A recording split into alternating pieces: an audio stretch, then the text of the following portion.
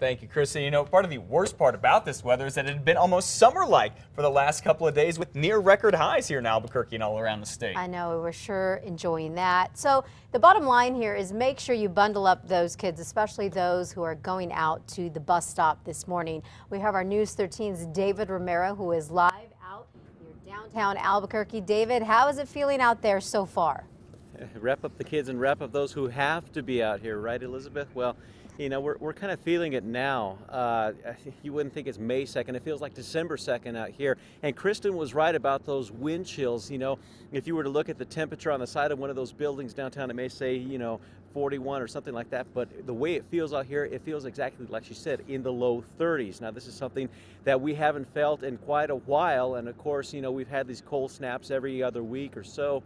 But this by far is so far the coldest. Now the winds are not bad at this time. We're up here, pretty high up and close to downtown Albuquerque. There's only a slight breeze that comes every once in a while, but it's that breeze that's cold enough or makes it cold enough to not want to be out here for long. Now, of course, you want to make sure that, as you mentioned, wrap up the kids if they're going to be out there for a while exposed to this while they're at the bus stop this morning. They may have been used to just wearing, light windbreakers. Put the winter coat back on them for at least today and tomorrow until this cold snap passes through. Now, another good indication is that you usually see me with a different jacket. I put the winter jacket back on. I'm going to go get my earmuffs from the car because, that wind, it goes right through your ears and it just makes it miserable. So, again, bundle up this morning because it's starting to feel a little bit worse as the morning goes on. Elizabeth, back to you. I think the worst part about it is the wind. David, thank you so much for that. Coming up in our next half hour, David is going to speak with an expert on what you can do to keep those plants you've already planted protected during these cold fronts. Now, the big question this morning from meteorologist Kristen Van Dyke, what's going to happen with the wind today and those temperatures? Any warm up in sight? Well, we've made it through the worst of the wind so far, especially here in Albuquerque. And as far as the warm up goes, it's not going to be much of one. This time of the year, thank goodness for the strong sun. That'll try to get us into the upper 50s, but it'll still be pretty blustery. It'll be breezy through the afternoon, windy from about 9 to noon, and then mainly just breezy after that. Low 40s as we head through the 9 o'clock hour, but keep in mind it will feel like it's in the 30s at times. And then as we head through the day, we'll top out in the low to mid 50s this afternoon. So well below average temperatures, especially out east, upper 30s in Raton. This is all we're going to manage for highs. Low 50s in Taos, a little warmer out west where temperatures will top out in the upper 50s to low 60s there. Tonight is when the temperatures really bottom out. We have hard freeze warnings in effect for northeastern New Mexico and then freeze warnings in effect for east central and southeastern New Mexico. Overnight lows tonight in the teens and 20s, and a lot of you even below the freezing mark in the southeast. I'll talk more about this and have your extended forecast coming up in a bit.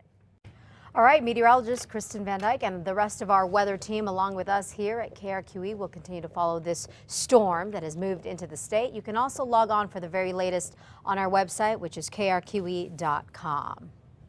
The physical wounds continue to heal from last Sunday's stabbing attack at an Albuquerque Catholic church. Archbishop Michael Sheen was at that church yesterday to bring spiritual healing as well. News 13's Alex Goldsmith was there too.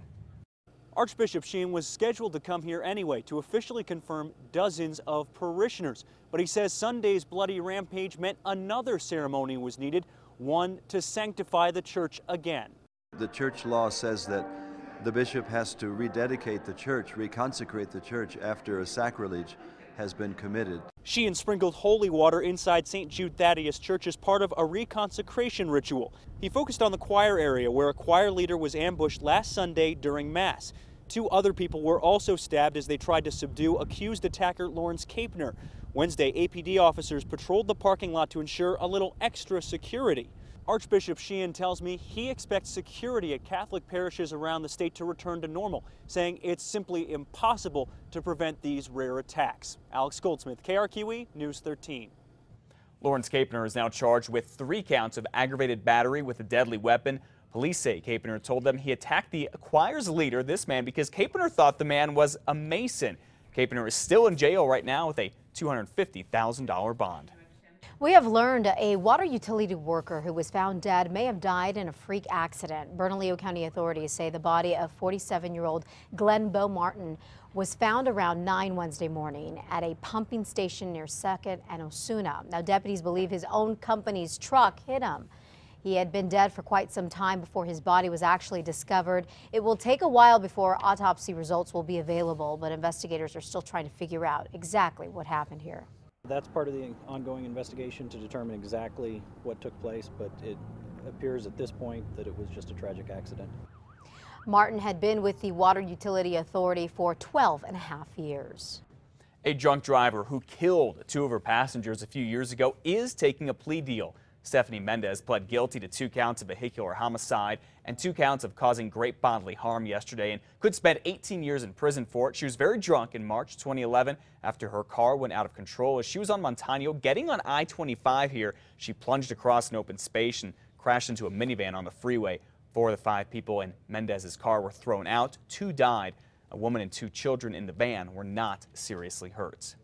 And the woman charged with murdering her husband, an Air Force officer at Kirtland, is now facing a lesser charge. Amy Herrera was charged with first-degree murder, but now it is second-degree murder. She shot her husband, Major Mark Herrera, after a party at their home in the Northeast Heights last July. She claims he put a gun in his mouth, then forced her to pull the trigger. Well, police do not buy it. In October, she was indicted on the first-degree murder charges.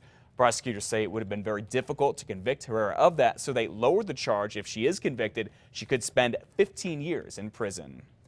A woman in Albuquerque is making a living doing laser tattoo removal, but that's not the real catch of this story. No, it is what she's doing for free that's actually getting national attention. Dawn Maestas removes tattoos from women who have been forced to get one because of a gang initiation. She also removes tattoos that are a remnant of a violent relationship. Every time I have someone else in, the story is so much more horrific in the things that this person endured, because I don't just remove their tattoos.